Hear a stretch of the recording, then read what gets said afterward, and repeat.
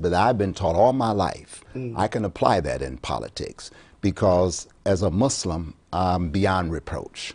I'm not there for the money, I'm not there for the ego, it's to serve, because we're taught to be servants of the people. So as a servant of the people, since I've been a trustee, I've been able to institute programs for the youth, things that would better the village of Dalton, especially with seniors. And with that being said, I like to see a revitalization of the village of Dalton. You've done something at the fitness center. Yes, Melanie Fitness Center. Yeah, actually. That was named after Shaw's daughter. Right. She was killed on a Lakeshore Drive. Yes, she was. And it was named after her. It's a facility owned by the village of Dalton, but at this time, it's not generating the revenue that it should. Okay. The one thing about being in politics, you got to give the people the hard numbers. You know, emotionally, it feels good to say we have a fitness center. But we can say that we have a fitness center, but is it generating the revenue to sustain itself? And it's not. Those are some of the hard choices we have to make as residents of Dalton. You have a nice neighborhood still. The neighborhood has been maintained and stuff. So that's one of the reasons that made you get involved? Yes. Well, Dalton is a community of 23,000 people. 23,000. About 90+% are African American. Median income is around $50,000 a year. Okay. So it has a lot of potential. But it's called location, location, location. The village of Dalton is about 10 miles south of downtown Chicago. It's bordered on the east by what we call the Bishop Ford, or 94, I-94. On the west, it's bordered by 57. So logistically speaking, you're in a great location. I equate it to the Magnificent Mile. Okay. You got a lot of cars coming in and out of Dalton. You have over 100,000 vehicles going in and out of Dalton on a daily basis. But now you have to grab some of those cars and bring them into Dalton. I remember being a resident in Chicago, and I used to work out at Bally's on Torrance. And I would go into Dalton and go to the restaurant. Back then we had the Ponderosa, the Bonanzas, the Red Lobsters. I didn't know what Dalton. I just knew on the way on getting to the gym. You just got Taco Bell. I don't know. Taco Bell. You know that's a restaurant that just came in.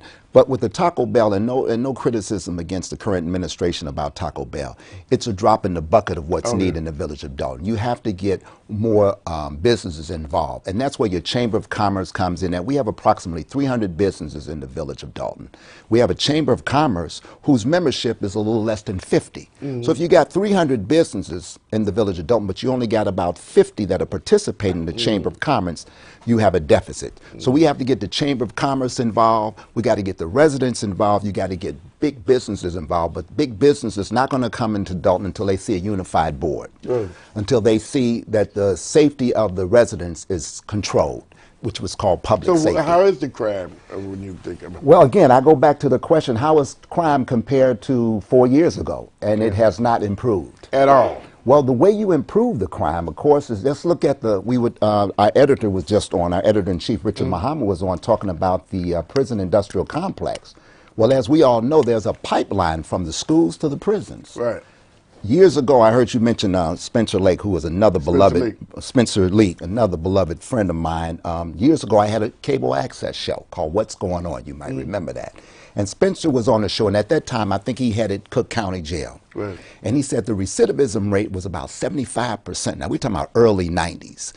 That means that if this individual goes into the penal institution and then he's free, or so-called free, there's a 75% chance he's going to go back into that penal institution. Right. Why?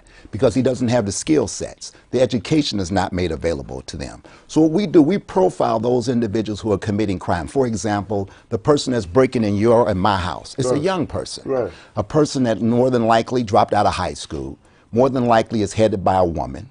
So therefore, we got to give them mentorship. We got to get them into the trades. We got to get them educated, give them an alternative to breaking into the house. Either get skills to go to work for yourself and create your own job, or work for someone else. So those are the things that I'm trying to approach that would help eliminate that crime situation. If people, are you asking people to join you, to help you in your campaign? Are people calling you? Or what numbers are they calling? Well, I have a website. It's DuaneMuhammad.com. DuaneMuhammad.com. Yeah, but Duane is spelled D-U-A-N-E. That's the original Duane. D-U-A-N-E, Muhammad. D-U-A-N. And Muhammad is very common, M-U-H-A-M-M-A-D.com. Okay. And once they go on on the website, they'll see my platform, they'll see the policies, they'll see the issues. You seem well polished, and let me tell you this.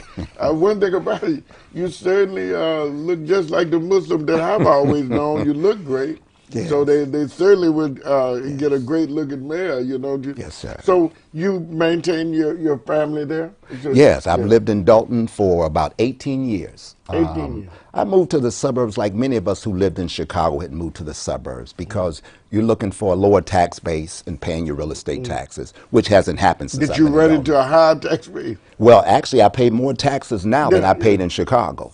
And again, that's a systemic issue. Let me talk about that real briefly. Please. Right now, the residents of Dalton are taken by their ankles, they're turned upside down, and they're being shaken for their real estate taxes. And that's why, as elected official, you got to find alternative sources to offset. I agree with that. And what you do is you get businesses so that you can reap the benefit of sales tax. You get gas stations so you can benefit what we call MFT, motor fuel tax. There are things that you bring into a village so that manufacturing, which is I'm glad you mentioned manufacturing, green jobs, those types of things have to be brought into the village of Dalton because we have large areas of land that we can bring those types of things in. For example, you have a company called Tesla. Tesla's an electric vehicle. But the cars, right? It's all electric.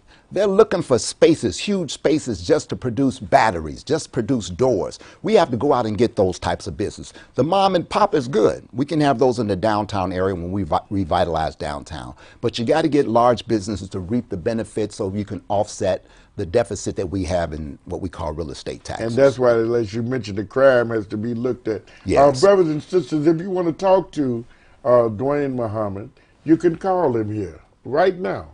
773-434-6625, 773-434-6631. Duane Muhammad has put himself out here on the front line, brothers and sisters. The least you could do is give him a shot by calling to join his campaign.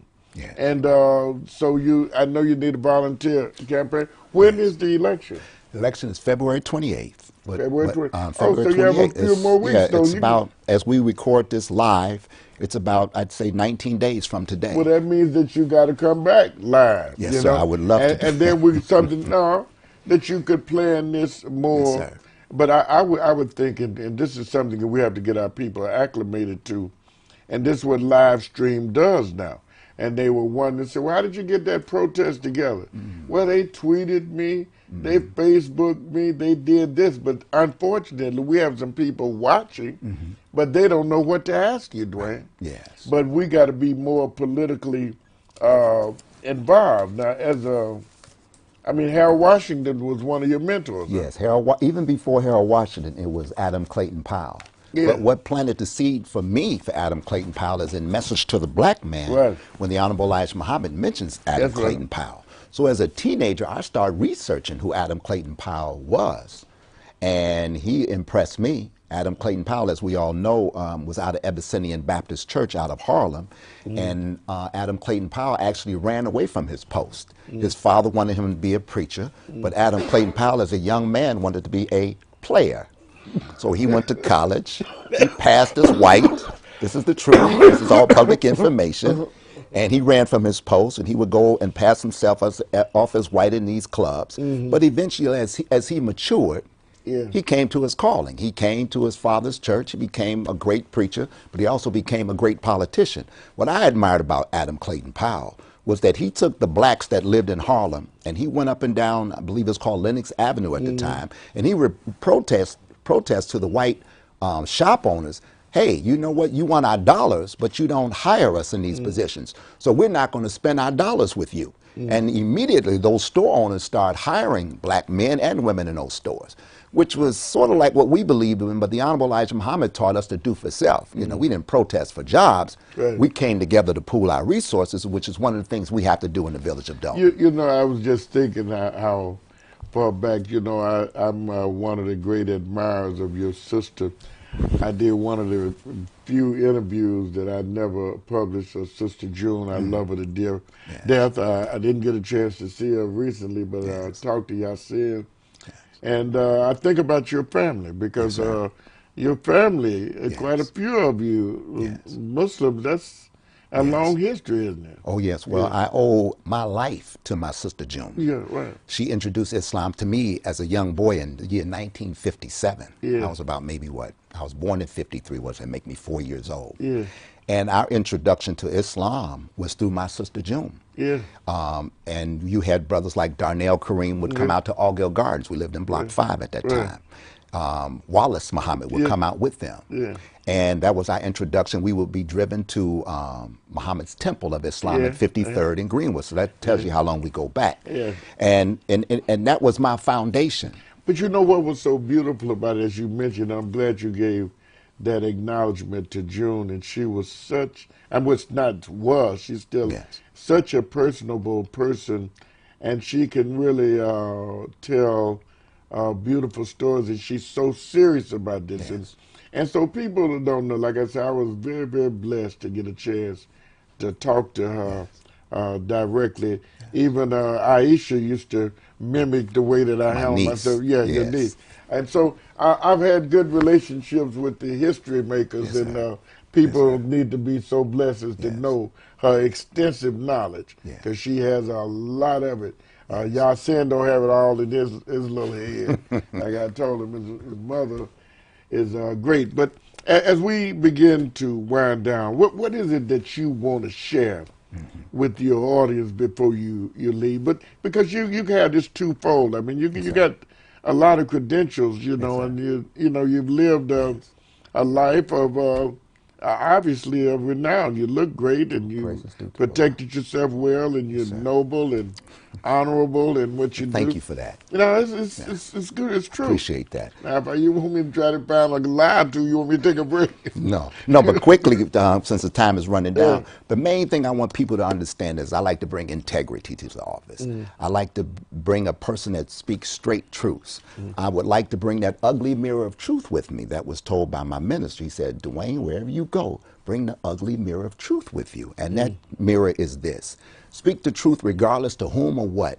Even if the truth is against you, which is the hardest truth for us to digest. So I'll take that truth to the village of Dalton and say, hey, this is what we need to do. We can't be in crisis management. We can't decide on a budget yearly. We got to make projections. You got to make 5-year projections, 10-year projections. And the village right now of Dalton is being managed in a crisis basis. The budget that we're wrangling with now, yes, and again, I need to bring that to the village of Dalton. Let us know that we need to do long-range planning. So you say the people are in the dark; they don't even know what. Yes, you know, and it's campaign time, so sometimes people are given a feel-good message, and you can't do that. Give the people the truth, but in giving them the truth. So you said if it could be the truth, it could be managed. Exactly. The potential for Dalton is great.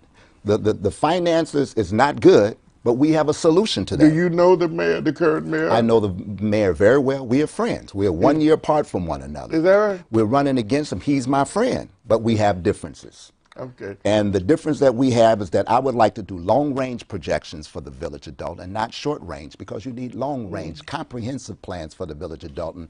Next week, Wednesday, which is, I believe is the 15th, we have a town hall meeting, and I'm going to introduce. Where's the town hall meeting? It'll be at the Dalton Bowling Alley, right off Sibley, right off the beautiful bowling alley that you all have. Yes, it's been in Dalton for, I think, over 40 years. We'll have a town hall meeting there where people can interact with me. I'll introduce our 100-day plan. Trump has a 100-day plan, but as you can see coming out the gate, he's been tripping and falling and sliding. You know, so you don't think I'm a stranger to Dalton.